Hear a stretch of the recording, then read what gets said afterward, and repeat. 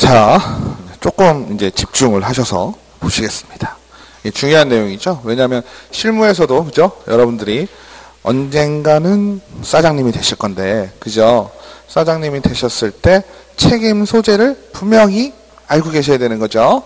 그래서 개업공인중개사의 고용상 책임입니다. 고용상 책임. 고용을 했을 때 어떠한 책임을 갖느냐 하는 건데, 크게 보면 행정상의 책임이 있을 수 있고요. 그죠? 그리고 민사상의 책임, 형사상의 책임, 이렇게 있을 겁니다. 그죠? 그러면 지금 제가 말씀을 드리고자 하는 거는 개업공인중개사, 그죠? 개업공인중개사가 소속 공인중개사나 중개 보조원을 고용했을 경우에 지금 얘기하는 거죠? 맞죠? 개업공인중개사 어떠한 중개사고를 발생을 시켰다? 발생을 했다? 어떤 행위를 했다? 문제 없죠? 그죠? 그럼 자기가 책임지면 돼요. 알아서 책임지면 돼. 중요한 건 요 사람들, 고용한 사람들이 문제를 야기시켰다. 그죠? 이럴 경우에 이 사람들이 책임을 지겠어요? 이 사람들이 책임을 지겠어요? 응? 우리가요, 책임이라고 하는 것은 어때요? 어쨌든 1번은 당사자죠. 1번은 당사자인데, 우리가 여기서 얘기하고자 하는 것은 고용인이 한 행위를 사장님이 한 행위로 본다. 기본이. 아시겠죠? 그러니까 소속공인중개사나 중개보조원이 저지른 실수라든지 잘못이라든지, 그죠? 그걸 뭐라고 표현해요? 고의나 과실, 이런 경우, 그죠? 실수는 과실이고 잘못은 의도적으로 가지고 왔으면 고의가 되는 거죠? 맞죠? 그러면 세 가지 책임이 발생을 하게 되겠죠. 그러면 기본적으로 소속공인중개사 중개보조원이 한 행위는 개업공인중개사의 책임으로 본다라고 했으니 이 사람들이 잘못한 것에 대해서 개업공인중개사가 행정상, 민사상, 형사상의 책임을 기본적으로는 다 진다. 아시겠죠? 근데 소속공인중개사나 개업공인중개사는 행정상의 책임을 질 수 있는 걸 가지고 있지요. 뭘 가지고 있죠? 자격증과 등록증을 갖고 있고, 중개보조원은 없지요. 그러니까 중개보조원은 행정상의 책임에서는 좀 자유롭겠네. 상식적으로. 맞죠? 그래서 행정상의 책임, 중개보조원은 절대적 등록 취소 사유, 임의적 등록 취소 사유, 업무 정지 사유를 위반했더라도 행정처분을 받지 않고 소속공인중개사는 받을 것이고, 중요한 건 소속공인중개사, 중개보조원의 업무상 행위는 고용한 개업공인중개사의 행위를 보니까, 그죠? 중개보조원이 등록 취소 사유, 업무정지 사유를 위반했어. 중개보조원에게 행정처분은 내릴 것이 없지만 자격증, 등록증을 갖고 있는 사장님은 처분을 받게 되겠죠. 이해되시죠? 왜 그럴까요? 당연히 그 사장님의 책임으로 보니까. 아시겠죠? 소속공인중개사의 자격정지 위반에 대해서는 소속공인중개사는 자격정지 처분을 받고, 자격정지랑 같은 레벨의 수준이 뭐라 그랬죠? 일을 잠시 동안 못하는 거잖아요. 사장님은 굳이 자격정지를 시키지 않고 자격 말고 또 뭐가 있어요? 등록이 있죠. 그죠? 등록을 정지시키면 어떻게 되겠어요? 그죠? 등록을 정지시키는 게 뭐예요? 업무정지잖아요. 맞죠? 그러니까 소속공인중개사가 자격정지 처분을 받게 되면 그를 고용한 개업공인중개사는 업무정지나 등록 취소를 당하게 되겠죠? 맞죠? 그러니까 뺏을 거 있는 사람들 걸 뺏는 거예요. 맞죠? 여기가 잘못했으면 여기는 뺏을 게 없잖아. 없으니까 누구한테? 얘한테 뺏고. 여기는 뺏을 거 있으면 뺏고 여기도 뺏고. 그게 어떤 거다? 행정상의 책임에 대해서. 아시겠죠? 그 다음에 중요한 건 민사상의 책임입니다. 이게 좀 중요하죠. 민사상의 책임. 민사상의 책임은 뭐예요? 쉽게 얘기하면 에? 금전적인 손해를 입힌 경우죠. 그죠? 그럼 어떻게 될까요? 여기서 우리가 단어 하나를 따지면 무과실책임이란 표현을 쓰죠. 무과실책임. 무과실책임이라는 건 뭐예요? 누구에 대해서? 개업, 공인중개사에게. 아시겠죠? 무과실책임이니까 과실이 있는 거예요? 없는 거예요? 응? 무과실책임이니까 책임이 없어요? 무과실책임. 과실부터 보셔야지. 그죠? 과실이 없어도 책임이 있다. 누가? 사장님이. 그죠? 그러면 지금 고용인의 책임을 묻고 있으니까 누가 잘못을 한 거예요? 여기서 잘못을 한 거죠. 여기서. 그죠? 여기서 잘못을 했어도 사장님은 묻지도 따지지도 않고 책임을 진다. 아시겠죠? 이거는요, 뒤에 나올 형사상 책임하고 좀 비슷한 부분이, 좀 헷갈릴 수 있는 부분이 있는데요. 뭐냐면, 형사상의 책임은요, 개업공인중개사가요. 그죠? 개업공인중개사가 상당한 주의와 감독을 게을리하지 않았다. 라는 표현이 있어요. 그게 뭐냐면, 상당한 주의와 감독을 게을리하지 않았다라는 건, 고용인들에게 나쁜 일 하지 마, 중개법에 위반되는 행위 하지 마, 아침마다 조회 시간에 얘기를 한 거예요. 이럴 경우에는 형사상의 책임은 전문용어로 면피를 할 수 있지만, 민사상의 책임은 어떻다? 무조건이다. 아시겠죠? 무조건 누가 책임을 진다? 개업 공인중개사가 책임을 진다. 하지만 자, 개업 공인중개사가 소속 공인중개사의 책임, 민사상의 책임을 다 진다 그러면 상식적으로 한번 생각을 해볼게요. 소속 공인중개사에 대해서 일을 하다가 일부러 사고를 내고 민사상의 책임을 개업 공인중개사한테 떠넘길 수 있죠. 맞죠? 너무 세상에 나쁜 면만 보고 있나? 맞죠? 우리가요, 공제 아직 안 배웠잖아요. 그죠? 공제. 그죠? 보험. 공제를 들면요, 우리가 기본적으로 얼마? 개인은 1억까지 들으려고 그랬잖아요. 그러면 1억 들어놓고요, 짜고, 사고를 내는 척을 해. 난 것처럼. 그죠? 그리고 보험금을 타셔. 그죠? 3대 7? 될 수 있잖아요. 그럴 수 있죠. 그죠? 우리가 자동차 보험이라면 어때요? 자동차 보험은 사고가 몇 번이 나도 상관이 있어요, 없어요? 없죠. 맞죠? 근데 우리 공인중개사는요, 공제의 개념이 1억을 들어놓잖아요. 그러면 공제에서 먼저 물어줘요. 먼저 사고가 났잖아요. 물어줘요. 여기서 물어줘. 가만히 있질 않아요. 어떻게 할까요? 나한테 달라 그래. 구상권이 들어와요. 구상권 아시죠? 다른 사람 채무 먼저 해주고 내가 이 사람한테 받아내는 거잖아요. 마찬가지입니다. 민사상의 책임은 구상권이 존재합니다. 구상권이 존재한다는 의미는 뭘까요? 개업공인중개사 사장님이 무과실 책임으로 먼저 물어는 주지만, 그죠? 소속공인중개사나 중개보조원에게 민사상의 책임을 개인적으로 묻는 거예요. 그러면 굳이 이렇게 하는 구상권이라는 걸 두는 이유는 뭘까요? 그냥 얘의 책임으로 하지 뭘 사장님의 책임으로 하냐, 이런 거죠. 왜 그럴까요?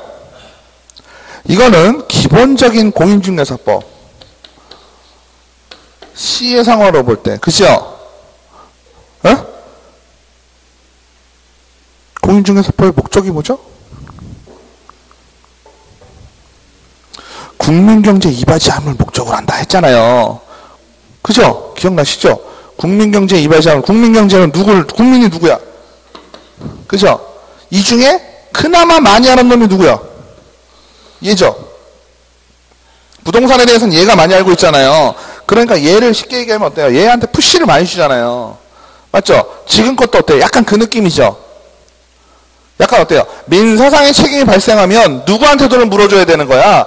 얘네들한테 지금 물어줘야 될 상황이 발생을 한 거잖아요. 매도인이든 매수인이건 간에. 맞죠?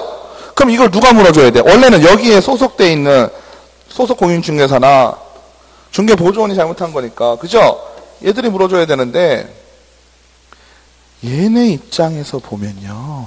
얘하고 누구한테 돈 받기가 쉽겠어요? 사장님한테가 쉽겠죠. 맞아요? 그럼 사장님도 물어줄 때 직접 물어주겠어요? 공제를 우선 씁니다. 그렇지 않겠어요? 손해를 발생했을 때 쓰는 게 공제니까 얘의 책임이 생겨버렸잖아요. 민사상으로. 그러면 얘도 그냥 안 물어줘요. 공제 이용해서 물어줘요. 그러면 공제에서 어떻게 되겠어요? 물어줘. 그러면 누군가가 지금 쉽게 물어주면 이 사람들은 지금 현재 상황 어때요? 큰 손해가 발생하지 않았죠. 아니, 큰 손해가 발생한 게 아니라 보상을 받았죠. 손해에 대한. 빠르게. 그죠? 민사소송은 뭐 그냥 막 지지하잖아요. 맞죠?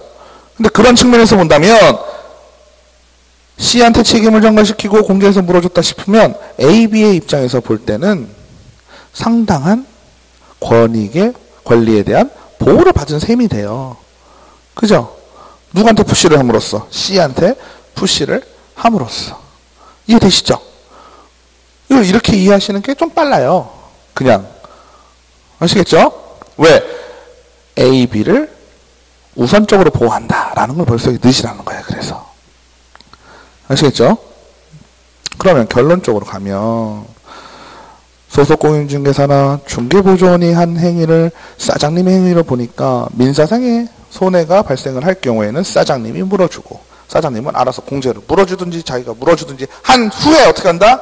이쪽으로 다시 뭐가 들어온다? 구상권이 들어온다. 지금 구상권 얘기는 어디만 들어오겠어요? 구상권이라는 건 물어주고 어쩌고 하는 거니까 쉽게 얘기하면 뭐예요? 돈이잖아요. 얘하고 얘에 대해서 돈이 있어요, 없어요? 물론 형사상의 벌금이라면 뭐 돈이 될 수도 있겠지만 좀 다르죠, 그거는. 그죠? 그잖아요. 이거는 형법에 의한 거고 이건 행정법이잖아요. 얘는 뭐예요? 민법이 되겠네. 따진다면. 맞죠? 그래서 민사상의 책임은 사장님이 잘못이 없어도 사장님이 어떻게 했어도 사장님이 주의와 감독을, 그죠? 소속공인중개사와 중개보조원에게 주의와 감독을 게을리하지 않았을 경우에도, 그죠? 무조건 책임을 진다. 아시겠죠? 하지만 소속공인중개사 중개보조원이 민법상, 민사상의 완전한 면피를 뜻하는 건 아니다. 아시겠죠?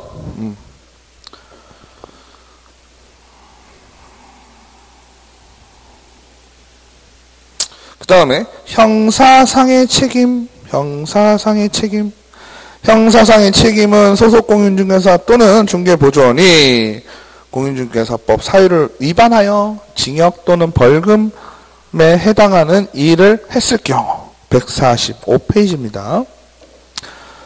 그럴 경우 책임을 받게 되는데, 자 보실게요. 이거는 어떤 말이 있냐면 양벌규정에는 뭐가 있냐면 3년에 3천만 원, 1년에 1천만 원, 이거 있는 거 아시죠 이제?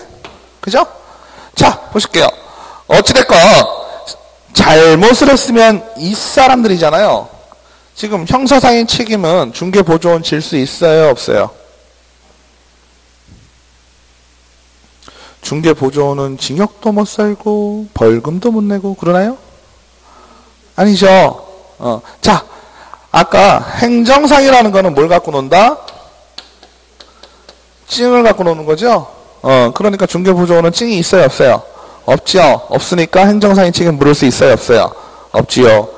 그러면 민사상의 책임, 중개보조원 소속 공인중개사 물을 수 있어요, 없어요? 물을 수는 있죠. 그죠? 물을 수는 있지만 사장님한테도 물을 수 있는 거예요. 맞죠? 형사상의 책임은 3년에 3천만 원, 1년에 1천만 원. 사장님 당연히 물을 수 있죠? 중개보조원, 공인중개, 소속 공인중개사 물을 수 있어요, 없어요? 있죠. 그죠? 중요한 건 뭐냐면 양발 규정이라는 건 왼쪽, 오른쪽 합쳐서 양쪽. 그죠? 양쪽 다 형벌을 주는 거를 양발 규정이라고 합니다. 아시겠죠? 그러니까 소속 공인중개사 중개보조원이 잘못을 해서 징역형을 받았더라도 사장님도 그에 준하는 형을 받는다라고 이해를 하시는데, 자, 한번 생각해 볼게요. 직원이 잘못해서 내가 옥살이를 한다고 치면 억울해요? 안 억울해요? 정말 억울하죠? 정말 억울하죠? 무슨 연좌제도 아니고. 그죠? 헌법에 연좌제라는 건 금지되어 있습니다. 대한민국은. 그죠? 그죠? 나는 가만히 있었을 뿐인데 이런 거죠. 근데 실질적으로는 연좌제 죄가 없는 건 아니죠. 관리상의 소홀을 책임을 묻는 거죠. 지금 현재 상황에서는. 맞죠? 관리상의 소홀에 대한 책임을 묻는 것이 양벌 규정의 의미입니다. 그런데 관리상의 소홀하지 않았음, 주의와 감독을 게을리지 하지 않았다라는 게 인정이 되면 어떻게 되겠어요? 사람이라는 게 내 자식도 내 맘대로 못하는데 그렇지 않아요? 직원 내 맘대로 할 수 있어요, 없어요? 없죠. 쉽게 얘기하면 직원과 사장님이 짜고 한 일이 아니라면 사장님은 어떨까? 면피할 수 있다. 아시겠죠? 그건 조금 이해가 돼야 돼. 왜냐면 얘하고 다르잖아요. 민사상의 책임은 누구랑 관련이 되어 있어요? A, B하고 관련이 되어 있잖아요. 우리가 중개법에서 보호해야 될 A, B하고 관계가 있다고. 그죠? 형사상의 책임은 A, B가 등장을 해요, 안 해요? A, B 상관이 없지. 민사가 아니라 얘는 형사예요. 그죠? 이해되시죠? A, B가 등장하는 경우에는 무조건 A, B를 살려줘야 되기 때문에 C에게 네가 잘못을 하지 않았다 손 치더라도 네가 다 물어줘. 이렇게 돼요. 책임을 많이 지운다는 얘기지. 하지만 형사상에 있어서는 어떻다? 너가 잘못하지 않았다면 너는 봐줄게 이거예요. 아시겠죠? 그래서 세 가지 책임 우리가 항상 쫓아다니는 거예요. 그죠? 형벌하면 세 가지 책임을 져요. 개업공인중개사가 책임을 져야 될 부분 세 가지가 있는 거예요. 증, 돈, 벌. 아시겠죠?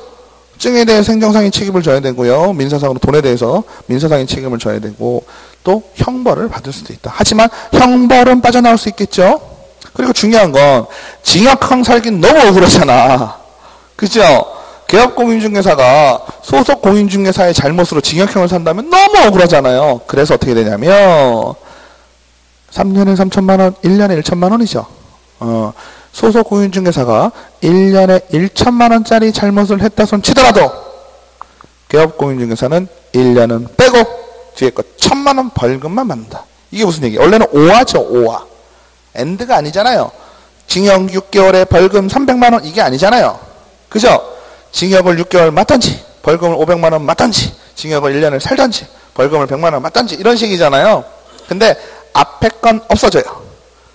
뒤에 거만. 양벌 규정에서는 벌금만. 징역형 살기 너무 억울하잖아. 그러면 한번 여기서 짚고 가야 될 건 뭐가 있을까요? 우리가 결격 사유를 공부할 때, 그죠? 결격 사유를 공부할 때 결격 중에 하나가 뭐가 있었죠? 우리 법에 의하여 위반을 하게 되면 결격이 된다 그랬었는데, 그죠? 우리 법에 의해서 얼마만큼? 공무원은 100만 원이면 공무원 신분이 박탈된다 그랬죠? 우리 법은 300만 원. 300만 원 이상의 벌금을 받으면 어떻게 돼요? 등록에 결격 사유가 돼서 등록을 하고 있으신 분들은 어떻게 돼요? 절대적 등록 취소 사유가 됩니다. 그죠?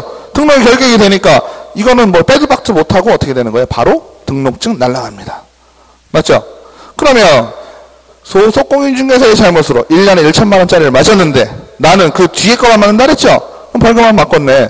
400만 원 벌금을 맞았어요. 그럼 등록증 날라가죠. 억울해요, 안 억울해요? 억울하죠? 그죠? 잘 생각해보세요. 여기서 우리가 중요한 건 뭐냐면, 잘 보세요. 사장님이 잘못을 해서 400만 원 벌금을 받은 거하고, 그죠? 순수하게 직원의 관리 소홀이잖아요. 이거는 말하자면 관리 소홀로 400만 원 벌금 받은 거하고는 차이가 크죠. 맞죠? 이 법을 위반했다라고 볼 수는 없다라고 편시가 됐어요. 벌금형을 맞긴 맞는 건 맞아요. 벌금을 400만 원 형을 받은 거는 맞지만 그것이 결격사유 10조에 나오는 결격사유에 이 법을 위반하여 300만 원은 아니다라는 얘기야. 아시겠죠? 이게 중요할 거예요. 이해되시죠? 그래서 넘기시면 요게 요 세 가지를 중심으로 해가지고요. 조금 이해를 잘 하고 계셔야 돼. 시험에 나오면 골치 아프겠죠? 자, 넘기시겠습니다. 중개계약 148페이지.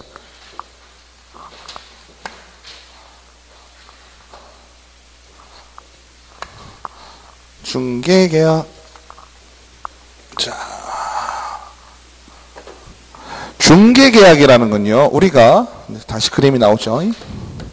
A와 B와 C, 요 세 당사자가 있을 경우, 그죠? A와 B 사이에 맺는 요 계약을 우리가 뭐라고 불렀죠?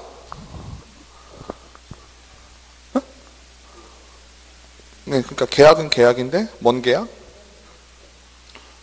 이제는 이 정도는 나오셔도 돼요. 네, 너무 이렇게 부끄러워하지 마세요. 거래 계약, 그죠?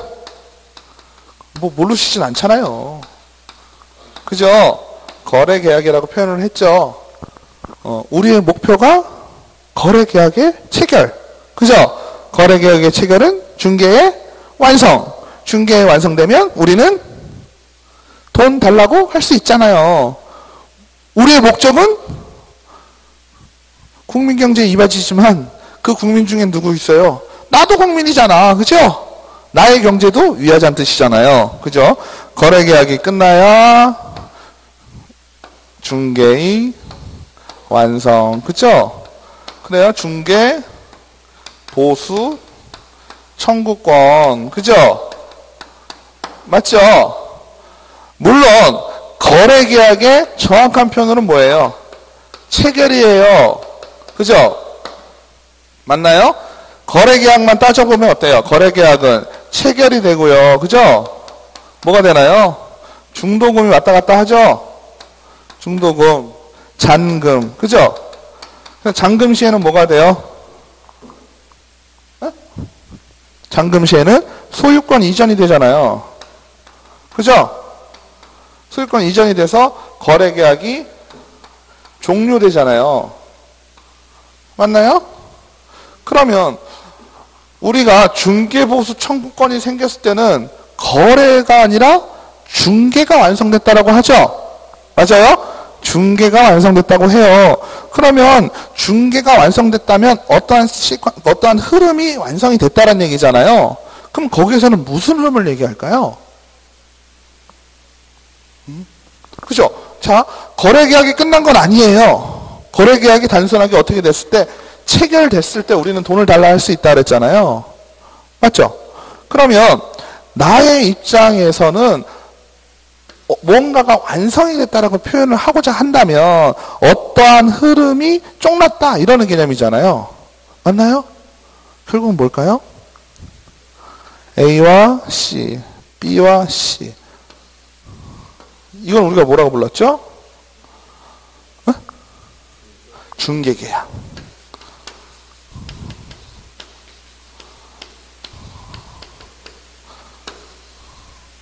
중개의 완성이라는 뜻은 중개계약이 끝났다는 뜻이죠.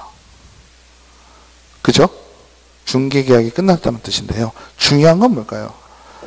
이때까지 중개는 또 끝나지 않았다라고 봅니다. 좀 애매하죠?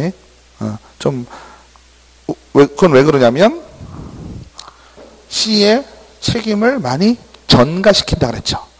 그죠? 그래서 중개활동이라는 측면에서 본다면 이때까지도 공인중개사는 열심히 어떻게 해야 돼요? A, B 사이에서 조율을 잘 해주고 계약이 잘 끝날 수 있도록 해야 될 책임이 있지만 우리는 중개계약을 통해서 중개가 완성이 됐기 때문에 이때 우리는 돈을 달라고는 할 수 있다라고 했어요. 맞죠?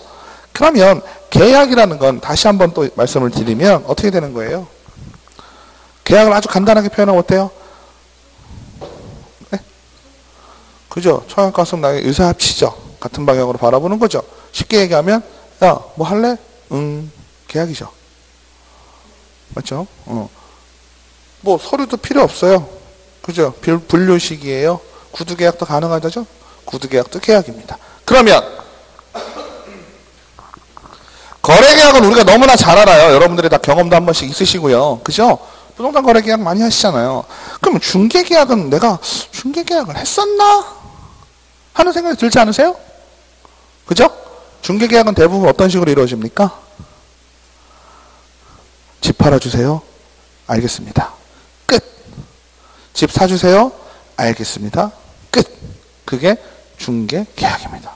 그러면 중개계약은 우리가 의식하지 못하고 잘 인식하지 못하지만 우리가 집 팔아주세요 하는 보통의 일반 중개계약이 있고요. 전속 중개계약이 있습니다. 학문적으로는 독점 중개계약도 있어요. 우리는 이 정도까지만 사용을 하고 있고요. 우리가 조금 중요하게 생각될 건 얘입니다. 전속 중개계약은 이래저래 의무가 있어요. 쌍방에 의무가 있다. 여기서 얘기하는 쌍방은 어디다? 쌍방은 A, C 이렇게 되는 거죠. 쌍방의 의무를 가지기 때문에 전속 중개 계약은 조금 중요하다. 아시겠죠? 그래서 이러한 중개 계약의 성격, 거래 계약하고 헷갈리시면 안 돼요. 지금은 철저하게 두고 중개 계약 얘기하는 거예요. 중개 계약은 낙성 계약이다. 낙성은 뭐예요? 의사의 합치에 의해서 성립되는 거죠. 분류식 계약이다. 형식이 필요하다, 안 필요하다? 안 필요하다. 유상 계약이다. 유상은 뭐예요? 돈이 왔다 갔다 하냐, 안 하냐죠? 쌍무 계약이다. 쌍무 계약은 뭐예요? 서로 뭐예요? 기브 앤 테이크, 책에는 기브 앤 테이크라고 나오죠?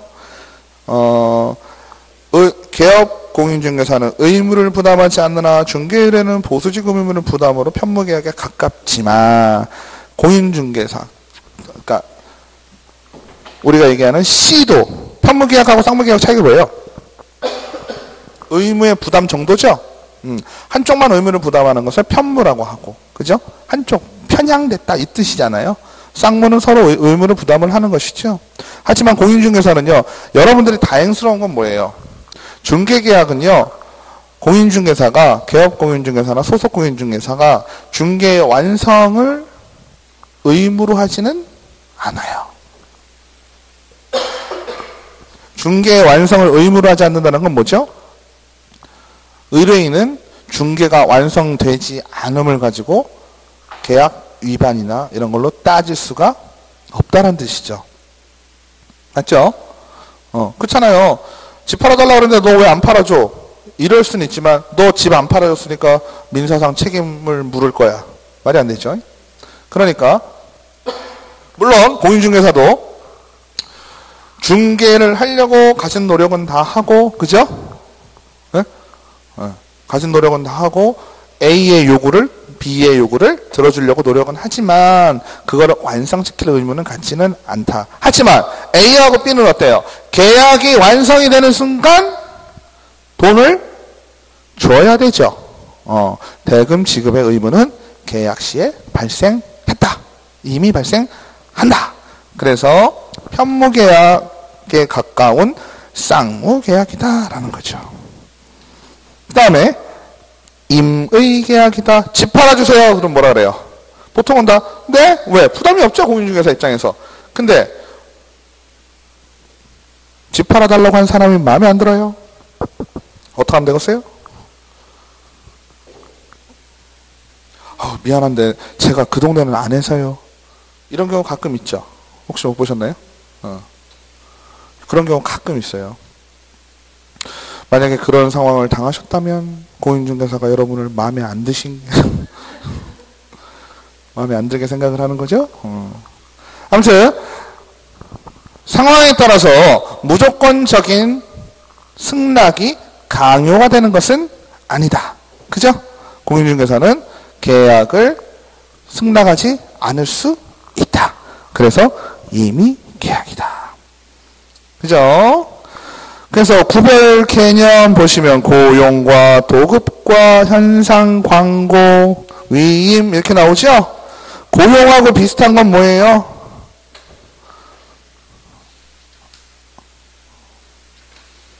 돈을 준다는 거죠?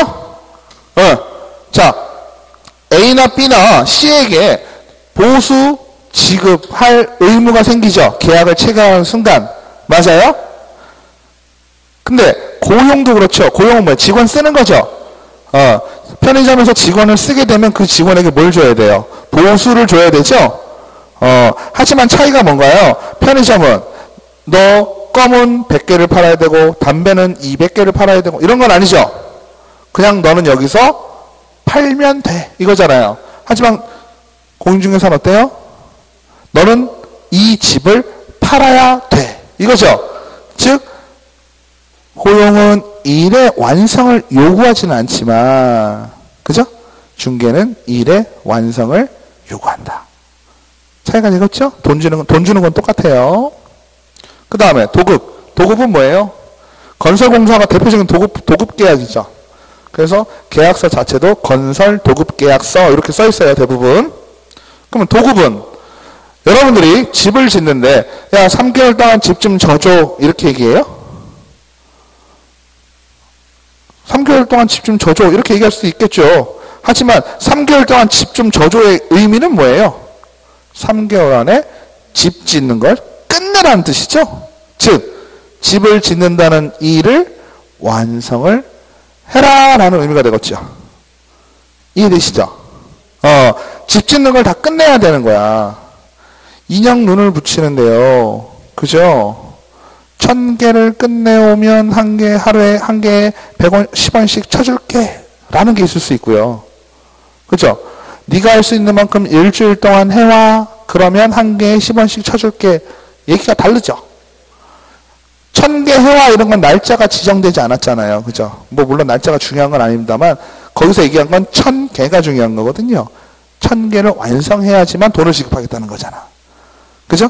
하지만 일주일 동안 그냥 붙여와 그럼 100개를 붙여가던 10,000개를 붙여가던 상관없죠? 차이가 있는 거죠. 고용과 도급의 차이가 되겠죠? 그렇죠? 하지만 자 보세요. 도급공사 건축할 때 집 짓는데 돈 안 주나? 보수 당연히 주죠. 그러면 보수 주는 건 똑같고 일의 완성이 돼야지 주는 거니까 또 똑같고 그럼 중개랑 차이점이 뭘까요? 도급하고의 차이점은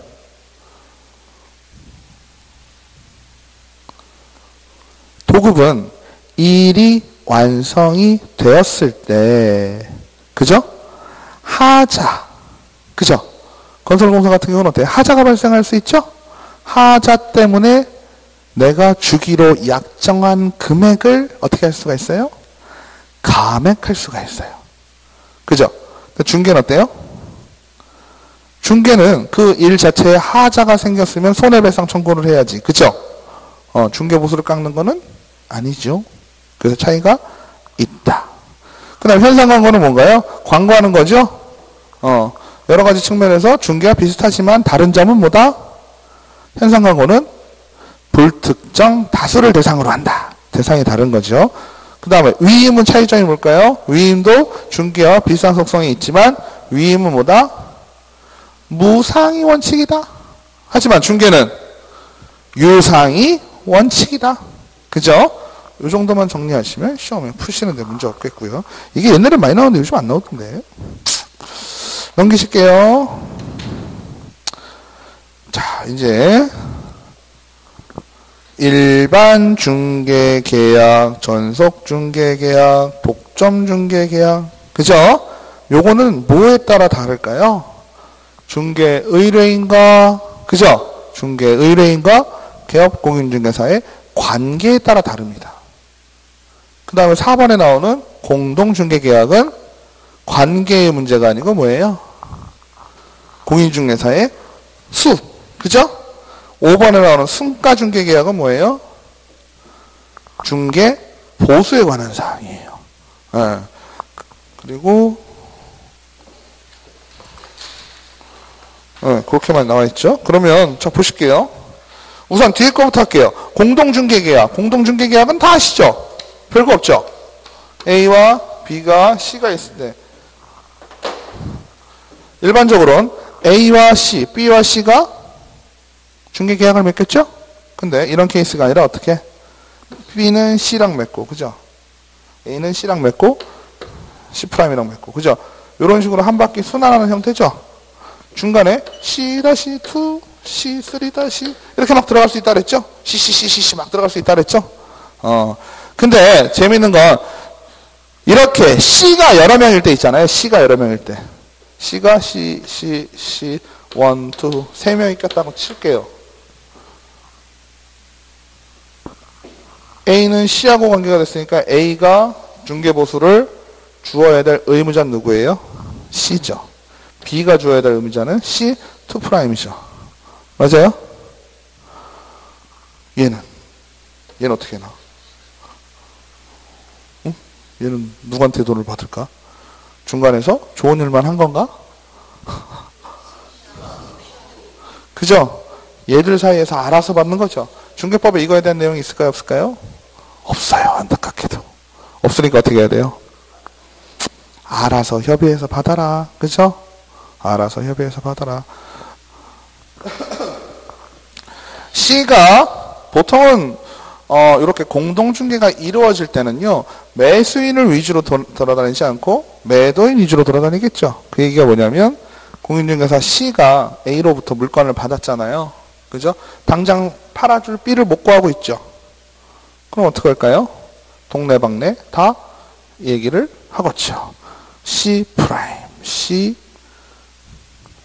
C2, C3 동네방네 이렇게 얘기를 하겠죠. 그 중에 하나 걸렸죠? 누가? C'이 걸렸어요. 그죠? C'이 걸렸는데 C'도 어때요? C한테 얘기를 듣고 C2-, CA, CB, C3 막 얘기한 거죠? 그죠? 그러다가 C2-가 걸렸죠? 이렇게 되는 상황이죠? 그럼 보통은 어떻게 할까요? 이런 상황, 그죠? 이런 상황 나눠줄 수 있어요. 그죠? 근데 대부분요, 최초의 물건을 주는 사람이 어떨까요? 얘기를 합니다. 수수료가 어떻게 나오면 네 뒤에 100명의 건 1000명의 건 나오고 반이야. 이러면 끝나요. 대부분은. 그죠? 그리고 공인중개사마다 다른데 이 사람 같은 경우가 좀 대단한 사람이다 라는 경우가 있어요. 좀 많이 하고 물건도 많이 갖고 그럼 이 사람은 거꾸로 쳐요. 남는 거에 3분의 1 이런 경우도 있어요. 잘 봐봐요. 수수료가 100원이 나오면 어때요? 얘는 50원, 얘는 25원, 25원을 먹던 얘가 20원을 먹고 30원을 먹던 알아서 되는 거죠. 그럼 얘 입장에서는 어때요? 난 그거 받고는 안 해. 이런 분위기 또 발생하죠. 그죠? 그러니까 어떻게 하자는 거예요? 30 갖자든지 뭐 이렇게 하겠죠? 아니면 40을 달라둥 뭐 이러시겠죠?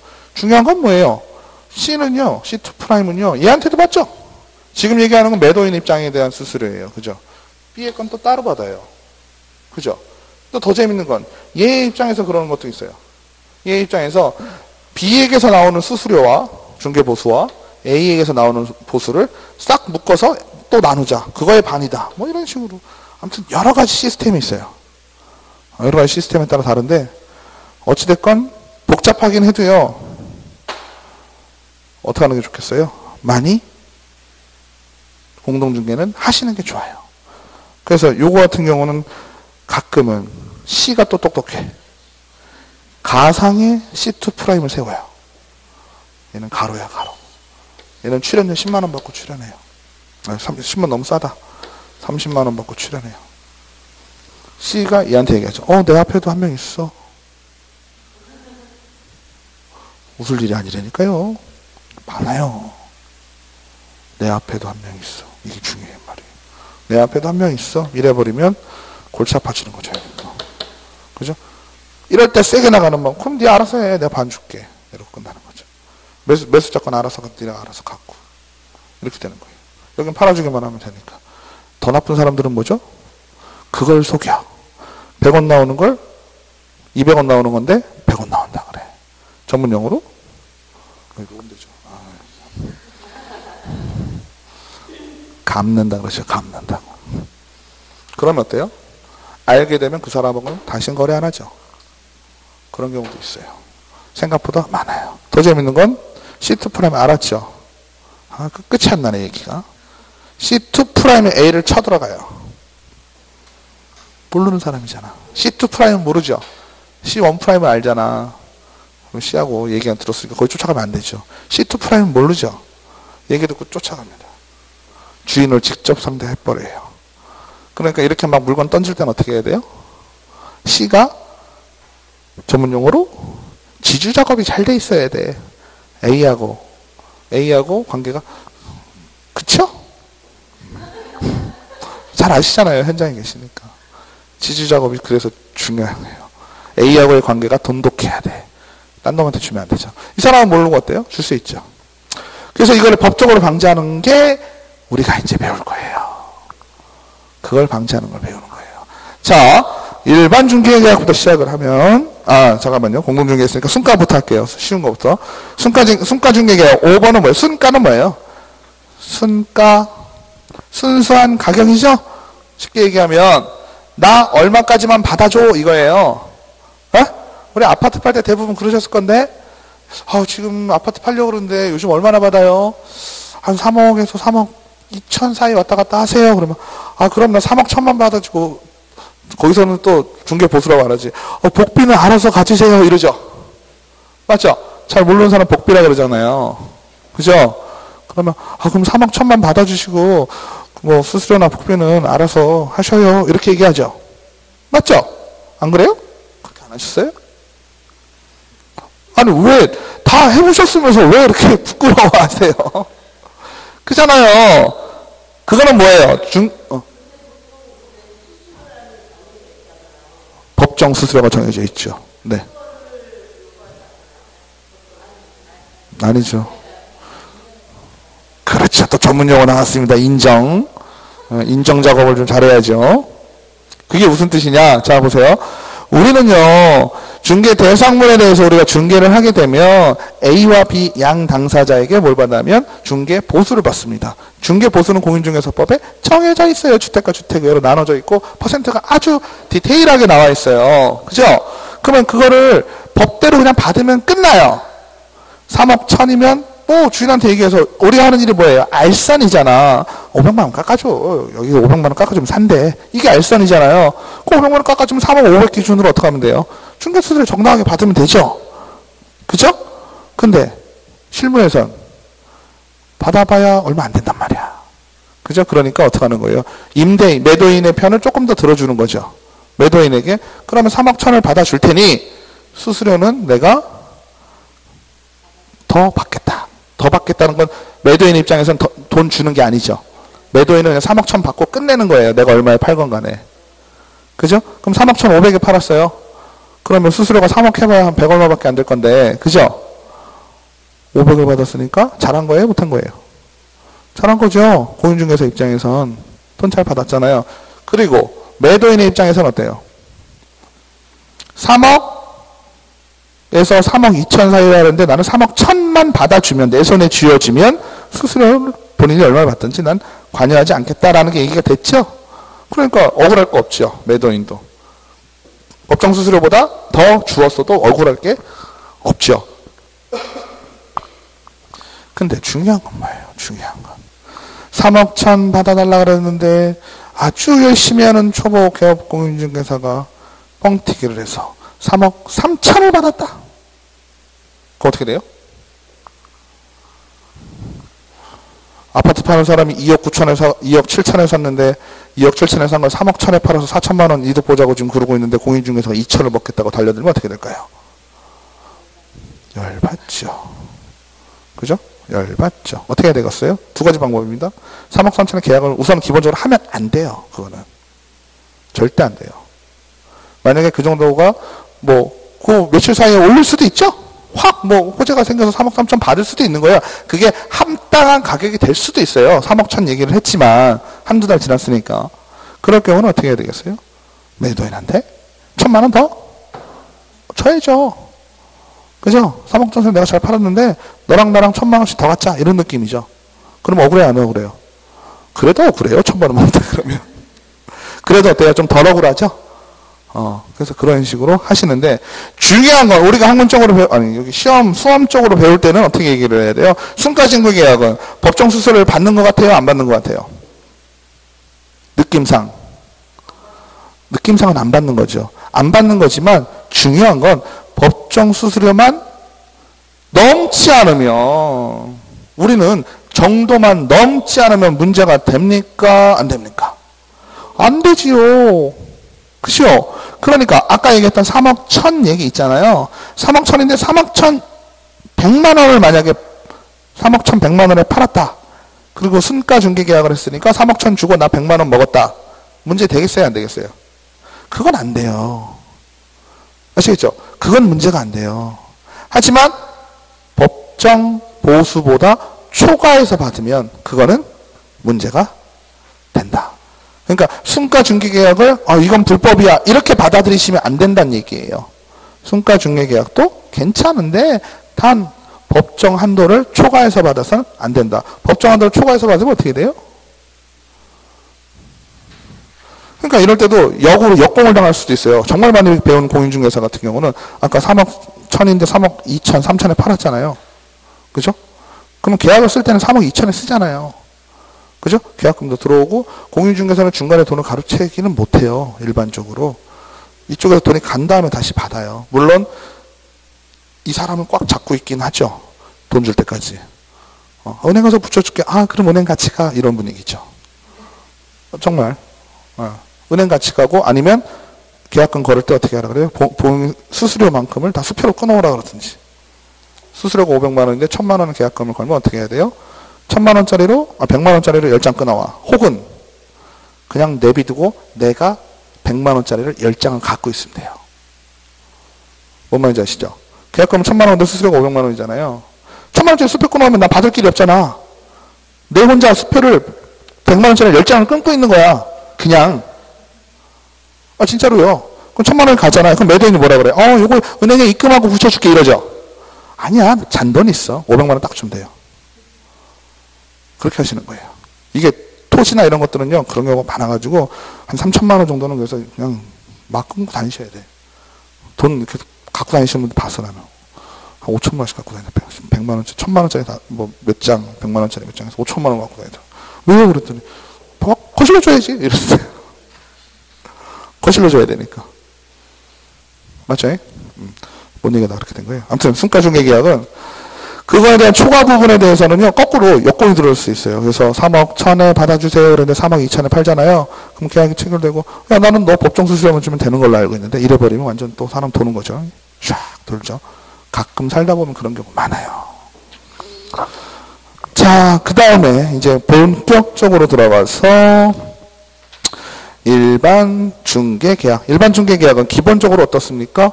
여러 공인중개사한테 내놓죠? 그죠? 여러 공인중개사에 내놓고요. A와 C, B와 C 사이에 어떠한 의무도 발생하지 않는다라면 틀리는 거죠. A는 C에게 보수 청구권이 생기고, 그죠? B도 C에게 챙기고, C는 약하긴 하지만 어느 정도. 그래서 편무적인 성격을 가진 쌍무계약이라고 했잖아요. 근데 우리가 더 중요하게 생각하는 건 뭐냐면 중개 자체에 대한 문제예요. 예를 들어서 A가 C 말고 다른 C 프라임에게 중개를 의뢰를 했다라고 칠게요. 문제가 있어요, 없어요? C 입장에서. 욕하지 않을까? 나한테만 내놔도 되는데 왜 딴 사람한테 내놓을까? 하지만 일반 중개계약일 경우에는 어떻다? 전혀 문제가 없죠. 그러면 A가 C에게 보수를 지급한다라는 의미는 뭐였을까요? C가 중개를 완성시켰을 때죠. 그러니까 C는 중개를 지금 완성시켰어요? 못 시켰어요? 못 시켰죠. C'이 B'이라는 사람을 만나서 계약을 성사시켰단 말이에요. 그죠? 그럼 C하고의 계약은 의미가 없어지죠. 맞죠? 일반 중개계약은 이 시스템이죠. A가 C에 대한 책임은 있어요? 없어요? 지금? 없죠. 네가 못했으니까 끝. 계약은 자동 종료. 그죠? 일반적으로 좀 무의미하긴 하지만 A가 C한테 나 집 팔아주세요. 네 했을 때 중개계약이 성립되었잖아요. 중개계약의 기간은 얼마 정도로 볼까요? 한 3개월 정도로 보통 봅니다. 그죠? 아무튼 일반 중개계약에서 기억할 거는 별로 없어요. 우리가 너무나 많이 하고 있기 때문에. 그죠? 일반적으로 하는 중개계약은 일반 중개계약이 됩니다. 근데 이제 전속 중개계약. 이게 중요한 거죠. 전속 중개계약은 의미 자체만 해석을 하면 어떤 식이 됩니까? 전속 중개계약. 제가 이 예를 많이 드는데 요즘 별로 없는데요. 옛날에는요. 저 어렸을 때 전봇대 같은데 무슨 나이트 그죠? 광고지가 그죠? 무슨 나이트 광고지에 보면 거기 뭐라고 나오면 전속 출연 이렇게 나와요. 맞죠? 전속 출연. 그 전속 출연이 뭐예요? 딴 데는 안 가고 여기만 나온다는 뜻이잖아요. 그죠? 그럼 사람들이 그걸 읽어보고 어때요? 아, 이 사람을 보려면 여기만 가야 되는구나 라고 이해를 하시게 되시죠? 맞죠? 그러면 여기서 얘기하는 전속 중개계약이다 라고 할 때 이 전속의 의미는 뭘까요? 같은 전속이에요? 그죠? 같은 전속이니까 중개계약을 누구하고만 맺었다는 얘기예요? C하고만 맺었다. C' 있다 없다? 없다. 정확하게는 없다라기보다는 못한다. 못한다라기보다는 해도 되는데 책임을 진다. 아시겠죠? 쉽게 얘기하면 전반적인 것만 말씀을 드리면 전속 중개 계약을 맺으면요. 자, A하고 C 사이에 강한 결합력이 생기고 서로 간에 해야 될 책임이 많아집니다. 그죠? A 같은 경우는 기본적으로 뭐가 될까요? 다른 사람에게 주면 안 돼요. 물건을. 그죠? 다른 사람에게 물건을 줬는데 얘가 덜커덕 계약을 체결시켰어요. 그럼 어떻게 될까요? 샘나요? 샘나요? 쌈나요? 아, 쌈나는 거죠? 그죠? 샘나서 끝내면 안 돼. 그죠? 쌈나죠? 쌈날 땐 어떻게 해라? 법대로 해라. 그죠? 법대로 하려면 법에서는 어떻게 할까요? 잘잘못이 있으면 가려주죠. 가려주는데 해결하는 수단이 뭐죠? 쌈났을 때, 문제 생겼을 때. 해결해주는 수단이 뭐예요? 돈 아니에요, 돈? 돈으로 막잖아요. 아닌가? 손해배상 청구. 그죠? 손해배상 청구가 민사의 대표적인 거잖아요. 나 쟤 때문에 손해가 발생했는데 물어주세요. 그래? 그럼 너가 쟤한테 얼마 물어줘? 땅땅땅. 이 민사잖아요. 맞죠? 그러면 A가 C하고 계약을 맺고 C가 열심히 하고 있는데 진짜 내 것같이 열심히 했는데 어디서 따단 나타나가지고 계약을 해요. 와, 이건 샘나는 게 아니라 쌈나죠. 쌈날 때는 법대로. 법대로 하면 어떻게 되겠다? A가 C에게 중개보수를 지급하라. 얼만큼? 100%. 그죠? 100%. 이해되시죠? 그러니까 A는 다른 C를 만들 수 있는 거예요? 없는 거예요? 수수료 2배 낼 자신 있으면 만들어도 상관없겠죠. 책임을 지게 되는 거죠.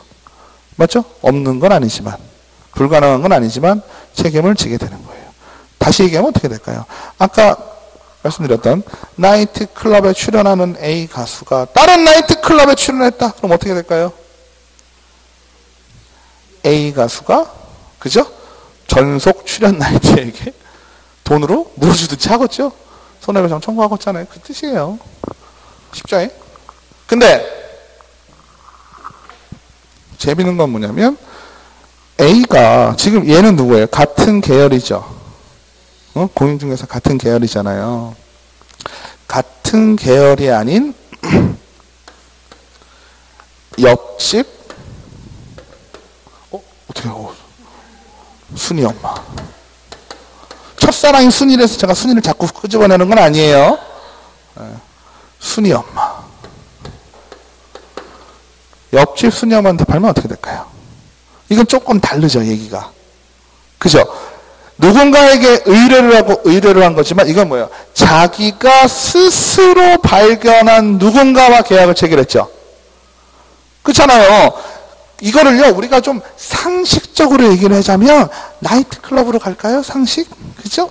전속 출연하는 나이트였지만 다른 나이트클럽이 아닌 길거리에서 돈 안 받고 노래를 불렀다고 치자고요.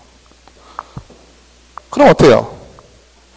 나이트클럽 입장에서 조금 억울하긴 하죠. 그 시간에 나이트에서 노래를 불러야지 왜 길거리에서 노래를 부르고 있어? 이렇게 되잖아요. 하지만 어때요? 같은 나이트클럽에서 부르는 건 아니죠. 그죠? 그거는 어느 정도 인정. 그죠? 사람이 살다 보면. 이거를 보면 더 아쉽죠. 그럼 난 지금 급해가지고 지금 막 팔라 그러는데 너가 아직 못 팔아줘서 내가 옆집 순이한테 우선 팔았어. 돼요, 안 돼요? 안 되면 어떻게 해야 돼? 돈으로 막아야지 뭐 또. 그죠? 이건 어떻게 막는다? 하지만 인정이 된다죠. 아까는 100% 남에게 팔았으면 똑같이 줘야 됐죠. 전속은 어떻게 될까요? 옆집 순이한테 팔았을 경우에는 중개 보수의 50%의 범위 내에서 실제로 얘가 열심히 노력한 부분이 있죠. 돈도 들었을 거고 사람들 실비만큼을 지급을 한다. 얼마 안 되겠죠. 수수료 1,000만 원 나올 거면 500만 원 이하의 범위니까 뭐 끽해봐야 한 돈 100만 원 준다는 얘기잖아요. 그죠? 이해되시죠? 그러니까 전속중개계약은 체결할 때 어떻게 되는 거예요? 생각보다 무서울 수 있어요. 근데 지금은 다 누군가의 책임이에요. A의 책임이죠. C는 가만히 있나? C 얘기는 잠깐 뒤에서 할게요. 어쨌든 C도 A에 못지않게 어떻게 해야 돼요? 그거를 체결하려면 열심히 해야 돼요. 열심히. 자, 그 다음에는 독점. 독점은 우리나라는 독점 중개 계약은 없어요. 그죠? 하지만 학문적으로 독점 중개 계약은 어떻게 될까요? 독점 중개 계약은요, 아까 그 나이트클럽으로 가면요, 길거리에서 노래 부르는 것조차 안 돼요. 그죠? 옆집 순이 엄마한테 파는 것조차 안 돼요. 그럼 어떻게 될까요? 그 집이 무조건 팔리면 어떻게 된다? 그 집이 무조건 팔리면 C에게 누가 팔았던지 간에 C가 팔았건 C 프라임이 팔았건 A가 스스로 팔았건 C에게 최초로 맺은 독점 중개계약을 맺은 C에게 중개 보수를 청구할 수 있다. 아시겠죠? 조금 쉬었다가 거기 152페이지 할게요.